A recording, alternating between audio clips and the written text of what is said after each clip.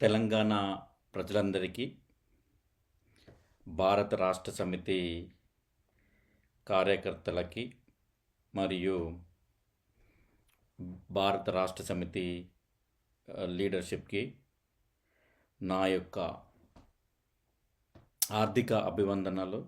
25 వసంతాలు భారత రాష్ట్ర సమితి 25 వసంతాలు పూర్తి చేసుకుంటున్న సందర్భంగా మన మొట్టమొదటి ముఖ్యమంత్రి వర్యులు శ్రీ కల్వకుంట్ల చంద్రశేఖరరావు గారి అధ్యక్షతన నిర్వహించిన భారత రాష్ట్ర సమితి 25వ వసంతాలు పూర్తి చేసుకుంటున్న సందర్భంగా ఆ రజతోత్సవ సభకి అధ్యక్షతన వహించి ఆ రజతోత్సవ సభని చాలా విజయవంతంగా చేసిన ప్రతి నాయకుడికి, ప్రతి కార్యకర్తకి, దానిలో నిమగ్నమై పనిచేసిన ప్రతి విభాగానికి యాజ్ ఏ ఎన్ఆర్ఐగా, తెలంగాణ బిడ్డగా భాస్కర్ పిన్న యుఎస్ఏ నుంచి కృతజ్ఞతా అభివందనాలు. అయితే భారత రాష్ట్ర సమితి నిన్న ఎల్కతుర్తిలో నిర్వహించిన రజతోత్సవ సభ యొక్క హైలైట్స్ని నేను మీ ముందు ఉంచడానికి వచ్చాను. ఆ బీఆర్ఎస్ రజతోత్సవ సభ చాలా సక్సెస్ఫుల్గా జరిగింది. జనసందోహం ఒక చీమల దండులా ఎలకతుర్తి అంతా గులాబీమయం. తెలంగాణలో ఒక పండుగ వాతావరణంలా ప్రతి ఇల్లు, ప్రతి కుటుంబం, ప్రతి సభ్యుడు పులకరించిపోయాడు. స్వచ్ఛందంగా ఈ భారత రాష్ట్ర సమితి యొక్క రజతోత్సవ వేడుకలకి విచ్చేసి నభూతో నభవిష్యత్ అన్న విధంగా భారత రాష్ట్ర సమితి 25 రజతోత్సవ సభ చాలా దిగ్విజయంగా జరిగిందని చెప్పాలి. ఎటువైపు చూసిన జనసందోహం ఒక మహా కుంభమేళలా తలపించింది. ఏమి జనసందోహం, ఏమి కథ! ఆ జనసందోహము ఆ సభలో ఎంతమంది, ఒక 10 నుంచి 15 లక్షల మంది ఆ సభకు వచ్చారు. 2 నుంచి 3 లక్షల మంది ఇంకా ట్రాఫిక్ జామ్లోనే ఉండిపోయి ఆ సభకు రాలేకపోయారు. ఈరోజు మీ ముందుకి కేసీఆర్ గారి అధ్యక్షతన రజతోత్సవ సభ యొక్క హైలైట్స్ను మాట్లాడడానికి వచ్చాను. యుఎస్ఏ నుంచి భాస్కర్ పిన్న ఫ్రమ్ యుఎస్ఏ. తెలంగాణ ప్రజలారా, నిన్న రజతోత్సవ సభలో కేసీఆర్ గారి యొక్క ఆవేదన అంతా ఇంత కాదు. కేసీఆర్ యొక్క గుండె తరుక్కుపోతుంది. 60 సంవత్సరాల స్వరాష్ట్ర కల్పన ధ్యేయంగా రాష్ట్రాన్ని ఏర్పాటు చేసుకొని ఆ రాష్ట్రాన్ని అభివృద్ధి పదంలో నడిపిన మన ఈ కేసీఆర్ గారు ఇప్పుడున్న పరిస్థితిలో, తెలంగాణ ఇప్పుడున్న పరిస్థితులను చూసి చాలా బాధపడ్డాడు. తన యొక్క గుండె చాలా బరువెక్కింది. ఎందుకంటే తెలంగాణ బాపు అతను. తెలంగాణకు ఎటువైపు ఏ మూలన ఏమి జరిగినా, ఏమి ఇబ్బందులు అయినా కూడా మొట్టమొదట బాధపడే వ్యక్తి ఎవరు ఉన్నారు అంటే అది కేసీఆర్ సార్. హైలైట్స్ చెప్పుకుంటే పోతే అది ఒక ప్రభంజనం. తెలంగాణ భారత రాష్ట్ర సమితి రజతోత్సవానికి లక్షలాదిగా ప్రజలు విచ్చేసి ఒక జనసందోహం, ఒక మహాకుంభమేళలా తలపించింది. ఓకే. జన సమీకరణ చేసిన ప్రతి నాయకుడికి, ప్రతి విభాగానికి యాజ్ ఎ ఎన్ఆర్ఐగా నా యొక్క కృతజ్ఞత, అభివందనాలు.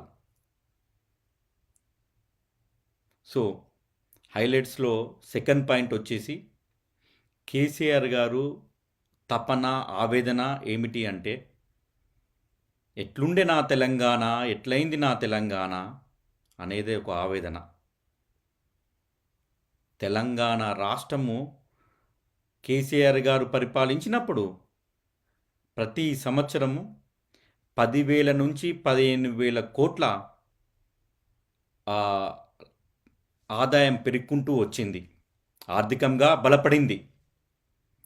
ఆ 10 సంవత్సరాలు ఆర్థికంగా బలపడిన నా తెలంగాణ ఈరోజు చాలా అప్పులకి గురైపోయి చాలా దీనస్థితిలో ఉంది. అంటే ఇప్పుడు కాంగ్రెస్ పరిపాలనలో తెలంగాణ ఆర్థిక వ్యవస్థ స్తంభించబడింది. నెంబర్ 1. నెంబర్ 2 వచ్చేసి రైతుల గురించి మాట్లాడాడు. అప్పుడు ఎట్లుండే రైతులు? అప్పుడు రైతులు మహారాజులా ఉండేది. కానీ ఇప్పుడు రైతులకి 24 గంటల కరెంటు లేదు. స్వచ్ఛందంగా నీళ్లు, వ్యవసాయానికి కావలసిన తాగునీరు లేకుండా, సమయానికి ఎరువులు అందకుండా, పండించిన పంటకి మినిమం రేట్ వాల్యూ అంటే ఎంఎస్పి, ఎంఎస్పి ప్రైస్ ధాన్యాలకి ఒక కనీస మద్దతు ధర లేకపోవడం అనేది చాలా బాధాకరం. నెంబర్ 2, రైతుల గురించి మాట్లాడాడు. రైతులు చాలా ఆవేదనతో ఉన్నారు, రైతులు చాలా బాధపడుతున్నారని చెప్పేసి తను చాలా బాధపడ్డాడు ఈరోజు. తర్వాత 3వ పాయింట్ వచ్చేసి కరెంటు కోతలు. కేసీఆర్ పరిపాలన ఉన్నప్పుడు 24 గంటల కరెంటు నిరంతరంగా విద్యుత్ సరఫరా అయ్యేది. పవర్ అన్ఇంటరప్టెడ్ పవర్ ఉండేది. కానీ నేడు ఈ కాంగ్రెస్ పరిపాలనలో కరెంటు కోతలు మళ్ళీ మొదలయ్యాయి అని చెప్పేసి అటు తెలంగాణ ప్రజలైతేనేమి అటు యావత్తు దేశము కారైకు వస్తుంది. అటు ఆర్థికంగా దివాలా తీసింది. ఇటు వ్యవసాయపరంగా రైతులు సంతోషంగానే లేరు. 3 వచ్చేసి తర్వాత ఆర్థిక వ్యవస్థ స్తంభించబడింది. 4, ఈ సంవత్సరంన్నర కాంగ్రెస్ పరిపాలనలో అటు వ్యవసాయ రంగం అయితేనేమి, పారిశ్రామిక రంగం అయితేనేమి, తర్వాత విద్యుత్ రంగం అయితేనేమి, తర్వాత రియల్ ఎస్టేట్ అయితేనేమి, అటు ఐటీ పరిశ్రమలైతేమి, అన్ని రంగాలలో తిరోగమ దిశగా నా తెలంగాణ పరిగెత్తుతుంది అని చెప్పేసి కేసీఆర్ సార్ గారి యొక్క ఆవేదన. చాలా బాధాకరమైన దృక్పథంతో కేసీఆర్ గారు ఈరోజు సభలో మాట్లాడాడు. సభకి అక్కడ సభ స్థలికి జనాలను తరలిస్తుంటుంటే ఇటు కాంగ్రెస్ ప్రభుత్వము ఎన్నో ఆటంకాలను సృష్టించినా కూడా, ట్రాఫిక్లో అంతరాయం వచ్చినా కూడా తెలంగాణ ప్రజలు, రైతులు, భారత రాష్ట్ర సమితి నిక్కాసైన కార్యకర్తలు 3 నుంచి 5 కిలోమీటర్లు పాదయాత్ర చేసి ఆ సభాస్థలికి వచ్చి కేసీఆర్ గారికి కృతజ్ఞతాభివందనాలు చెప్పారు.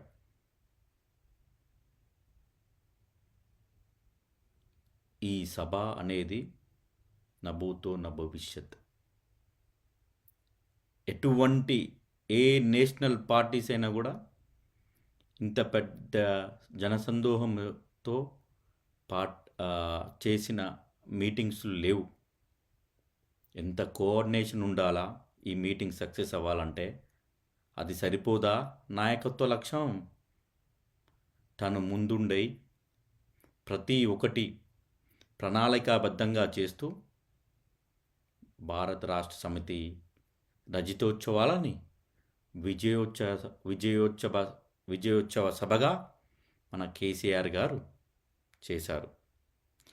కేసీఆర్ గారి మాటల్లో విందాం అసలు తను ఎంత ఆవేదన పడుతున్నారు ఏంటి అని చెప్పేసి. ఒక్కసారి వినిపిస్తున్నాను, చూడండి. ఒక్క మాట మీరు అందరూ ఆలోచన చేయాలి. ఇక్కడ ఉన్న వాళ్ళు కానీ నా మనసు బాధ అవుతుంది, నా మనసు కాలుతుంది, ఇబ్బంది అవుతుంది. నా కళ్ళ ముందట తెలంగాణ ఇట్లా రావడం నాకు దుఃఖం కలిగిస్తా ఉంది. నేను ఆవేదనతో చెప్తున్నా ఈ మాట. ఒక్క మాట మీరు అందరూ ఆలోచన చేయండి. తెలంగాణలో భూముల ధరలు ఎట్లుండే? కేసీఆర్ ముఖ్యమంత్రి ఉన్నప్పుడు, బీఆర్ఎస్ రాజ్యం చేసినప్పుడు భూముల ధరలు ఎట్లుండే? ఆనాడు కొనేటోళ్ళు ఎక్కువ అమ్మటోళ్ళు తక్కువ. ఇవాళ ఆపదకి అమ్ముకుందామంటే భూములు కొనేటోళ్ళు ఉన్నాడా? అడుగుతున్నా భూముల ధరలు ఎక్కడికి పోయినాయి? ఎవరికన్నా 5 ఎకరాలు డాంబరోడ్ పక్కకుంటే నేను 5 కోట్ల మనిషిని, నేను కోటీశ్వరుని ధైర్యంలో రైతులు ఉండరు. ఇవాళ అడిగేటోళ్ళు ఉన్నదా? ఒక్కటే ఏడాదికి ఇంత కాలం పెద్ద కళ్ళం అవుతుందా? కేసీఆర్ పక్కకు పోగానే ఇంత ఆగమవుతుందా? ఏమంటున్నారు సార్? కేసీఆర్ గారు పక్కకు తప్పుకోగానే ఇంత ఆగమైపోతుందా తెలంగాణ అని చెప్పేసి చాలా విలువిల్లాడుతున్నాడు. తెలంగాణ ప్రజలారా, ఇప్పుడైనా మీరు ఆలోచించండి. తెలంగాణ మిత్రులారా, నా ప్రాణ స్నేహితులారా, ఇప్పటికైనా మీరు ఆలోచించండి. అప్పటికి ఇప్పటికీ ఎప్పటికైనా కూడా తెలంగాణకు శ్రీరామ రక్ష అంటే భారత రాష్ట్ర సమితి. గులాబీ జెండా స్వరాష్ట్ర ధ్యేయంగా ఏర్పాటైన ఈ గులాబీ జెండా, ఆ గులాబీ జెండా ఎప్పుడు కానీ తెలంగాణ ప్రజల యొక్క ప్రగతికి, తెలంగాణ అభివృద్ధి కొరకి అనునిత్యం పనిచేస్తూ ఉంటుంది. కేసీఆర్ గారు చాలా మాట్లాడారు. సో ఈ సభ అనేది చాలా సక్సెస్ఫుల్గా, ఇప్పుడు ప్రభుత్వం, కాంగ్రెస్ ప్రభుత్వం అయితేనేమి, అటు పోలీస్ డిపార్ట్మెంట్ అయితేనేమి, ఎంతమంది ఇబ్బంది పెట్టినా కూడా ఆ సభాస్థలికి అంచనాలను మించి తెలంగాణ ప్రజలు స్వచ్ఛందంగా ఆ సభకు వచ్చేసి ఆ రజతోత్సవ సభని విజయోత్సవ సభగా చేసినందుకు ప్రతి ఒక్క బీఆర్ఎస్ కార్యకర్తకి, ప్రతి ఒక్క తెలంగాణ బిడ్డకి యాజ్ ఏ ఎన్ఆర్ఐగా భాస్కర్ పిన్న చాలా ధన్యవాదాలు తెలుపుతున్నాను. తర్వాత కేసీఆర్ గారు చెప్పారు, సోషల్ మీడియాలో ప్రశ్నించిన తెలంగాణ బిడ్డలపై లేనిపోని కేసులు పెడుతున్నారని చెప్పేసి. ఎందుకంటే వాళ్ళకి సంవత్సరంన్నరలోనే భయం పుట్టుకుంది. సో ఆ మాటలు కూడా విందాం ఒకసారి. నేను ఒక్క మాట పోలీసు మిత్రులకు మనవి చేస్తా ఉన్నా. ప్రజాస్వామ్యంలో ప్రజలకు అడిగే హక్కు ఉంటుంది, తప్పకుండా అడుగుతారు ప్రజలు. ఈ అడిగే హక్కును సోషల్ మీడియాలో బీఆర్ఎస్ కు సోషల్ మీడియా వారియర్స్ ఉన్నారు, వాళ్ళు బ్రహ్మాండంగా పనిచేస్తున్నారు, ఖచ్చితంగా అడుగుతున్నారు ప్రజల తరఫున. ఇంత అన్యాయం జరుగుతుంటే చూడలేక సోషల్ మీడియాలో పనిచేసే తెలంగాణ బిడ్డలు ఇది ఏమన్యాయమా ఎట్లా అని చెప్పి ప్రభుత్వాన్ని ప్రశ్నిస్తా ఉన్నారు, ప్రజలకు మద్దతుగా నిలబడతా ఉన్నారు. వాళ్ళ మీద కేసులు, వాళ్ళని పట్టకపోవడు పోలీస్ సోదరులను నేను అడుగుతా ఉన్నా, మీరెందుకు తుణుకులాడుతుండే? మీకేమక్కడ వచ్చింది? మీకు ఒక్కటి చెప్తున్నా, నేను మిత్రులారా, ఇవాళ పోయి రాత్రి మీ డైరీలలో రాసుకోండి, మీ డైరీలలో రాసి పెట్టుకోండి. 100కు 100% ఇలా తెలంగాణ చెలరేగిన పరిస్థితికి మళ్ళా వచ్చేది బీఆర్ఎస్ గవర్నమెంటే. అది ఎవరు కూడా ఆపలేడు. అది ఎవరి తరం కాదు, ఎవరి వశం కాదు. మీకు తెలియదా? మీరు పోలీసు ఉద్యోగాలు చేస్తున్నారు, మీరు చదువుకోలేదా? మీకు కూడా విజ్ఞానం ఉంది కదా? మీరు దొంగ వాగ్దానాలు చేయలేదా? ప్రజలను మోసం చేయలేదా? ప్రజాస్వామ్యంలో ప్రజలకు అడిగే హక్కు లేదా? మీరెందుకు కేసులు పెడుతున్నారు? నాకు అర్థంగా మీరెందుకు దునుకులాడుతున్నారు? మీరెందుకు బలైతారు? రేపు మీకు రాజకీయాలు ఎందుకు? మీ డ్యూటీ మీరు చేయండి. మేము బీఆర్ఎస్ ఎప్పుడు శాసనాన్ని ఉల్లంఘించాం, చట్టాలను ఉల్లంఘించాం. అయినా నేను ఒక్క మాట మళ్ళా చెప్తా ఉన్నా, మీకు ఆల్రెడీ చెప్తా ఉన్నారు పార్టీ నుంచి, ఎక్కడ ఎవరైనా మీ మీద అన్యాయం కేసులు పెట్టినా మన టీఆర్ఎస్ లీగల్ సెల్ వీరులు ఉన్నారు, మీరు భయపడే అవసరం లేదు. న్యాయస్థానాలని అక్కడ పోరాటం చేద్దాం. మీకు అండగా కేసీఆర్ ఉంటాడు, బీఆర్ఎస్ ఉంటుంది, అందరం ఉంటాం. ఇక ఈడికెళ్ళి నేను కూడా ఊకోను, నేను బయలుదేరుతా. దాకైనా మంచిదే. ఎవరెవరి సంగతి ఏందో, ఎవరైనా లెక్కేందో అన్ని కూడా లెక్కలు తీద్దామని మనవి చేస్తా ఉన్నా. ఈ రకంగా మనం ముందుకు పోవాలి. ఏమన్నారంటే సోషల్ మీడియా వారియర్స్కి పై అక్రమంగా కేసులు పెడుతున్నారు. పోలీస్ డిపార్ట్మెంటు చాలా విఘ్నతతో పనిచేయాలని చెప్పేసి చెప్పారు. చాలా కాన్ఫిడెంట్గా ఉన్నాడు సార్ కేసీఆర్ సార్ గారు, చాలా కాన్ఫిడెంట్గా ఉన్నారు. వచ్చే ప్రభుత్వము భారత రాష్ట్ర సమితి, కేసీఆర్ గారు మరలా ముఖ్యమంత్రులు అవ్వడం ఖాయం, దానిని ఆపడం ఎవరి తరము కాదు. పీరియడ్. చాలా స్పష్టంగా ఉన్నారు కేసీఆర్ గారు. కేసీఆర్ గారు మళ్ళీ ముఖ్యమంత్రి అవుతారు. తెలంగాణ రాష్ట్రాన్ని, కుంటుపడిన నా తెలంగాణని మళ్ళీ పురోగమనంలో చేరుస్తాడు. తెలంగాణ రాష్ట్రాన్ని అన్ని రంగాలలో అభివృద్ధి పదంలో నడుపుతారు. అన్ని రంగాల్లో అభివృద్ధి పదంలో నడుపుతూ ఇప్పటి నుంచి తను కేసీఆర్ 3.0గా తెలంగాణ ప్రజల్లోకి రాబోతున్నారు. మీరు మరో కేసీఆర్ను చూస్తారు, మీరు మరో రకపు కేసీఆర్ను చూస్తారు. ఇప్పటి నుంచి చాలా చాలా చాలా మార్పులతో, చాలా చేర్పులతో మున్ముందు రాబోతున్నారు. అయితే ఈరోజు ఈ రజతోత్సవ సభలో కాంగ్రెస్ వాళ్ళు ఈ 10 నుంచి 15 మంది ఎమ్మెల్యేలు అటువైపు వెళ్ళిపోయారు, దాని గురించి మాట్లాడతారని చెప్పేసి ఎక్స్పెక్ట్ చేశారు. దాని గురించి ఏం మాట్లాడలేదు సార్. ఒక స్ట్రాటజిక్గా ఈ మీటింగ్ అనేది అటెండ్ అయ్యాడు.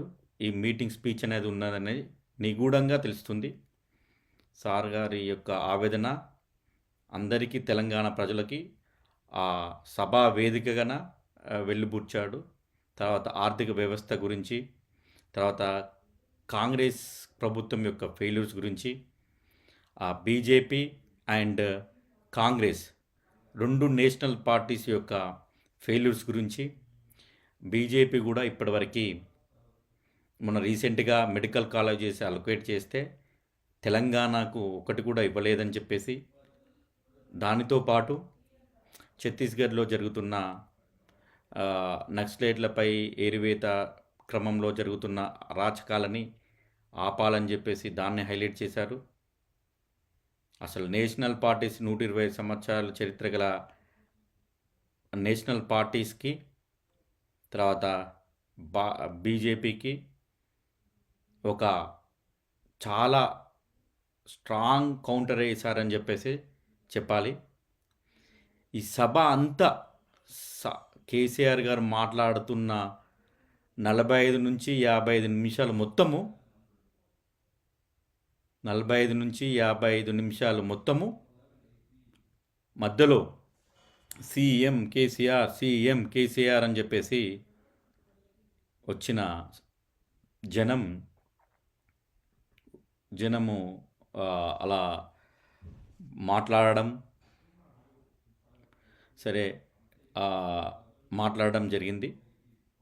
ఏదైనప్పటికీ భారత రాష్ట్ర సమితి యొక్క రజతోత్సవ సభ విజయోత్సవ సభ అనే చెప్పాలి.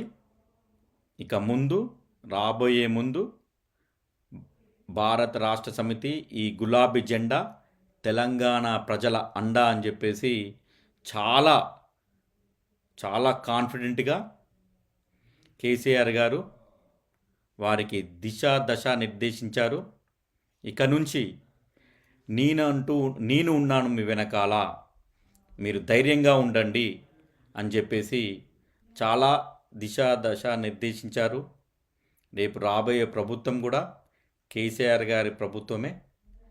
కేసీఆర్ గారిని మన తెలంగాణ బాబుని మూడోసారి ముఖ్యమంత్రిగా మనం చూడబోతున్నాము. అది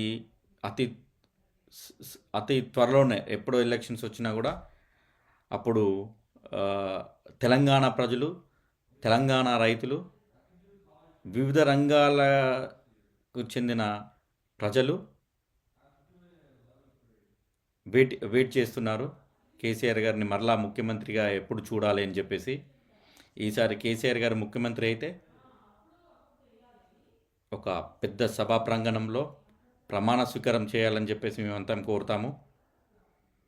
సో ఈ సభా స్థలికి వచ్చేసిన ప్రతి కార్యకర్తకి, తెలంగాణ ప్రజలకి యాజ్ ఏ ఎన్ఆర్ఐగా భాస్కర్ పిన్నా ఫ్రమ్ యుఎస్ఏ నుంచి కృతజ్ఞత అభివందనాలు చెప్తున్నాను. జై తెలంగాణ, జై కేసీఆర్. సైనింగ్ ఆఫ్, భాస్కర్ పిన్నా.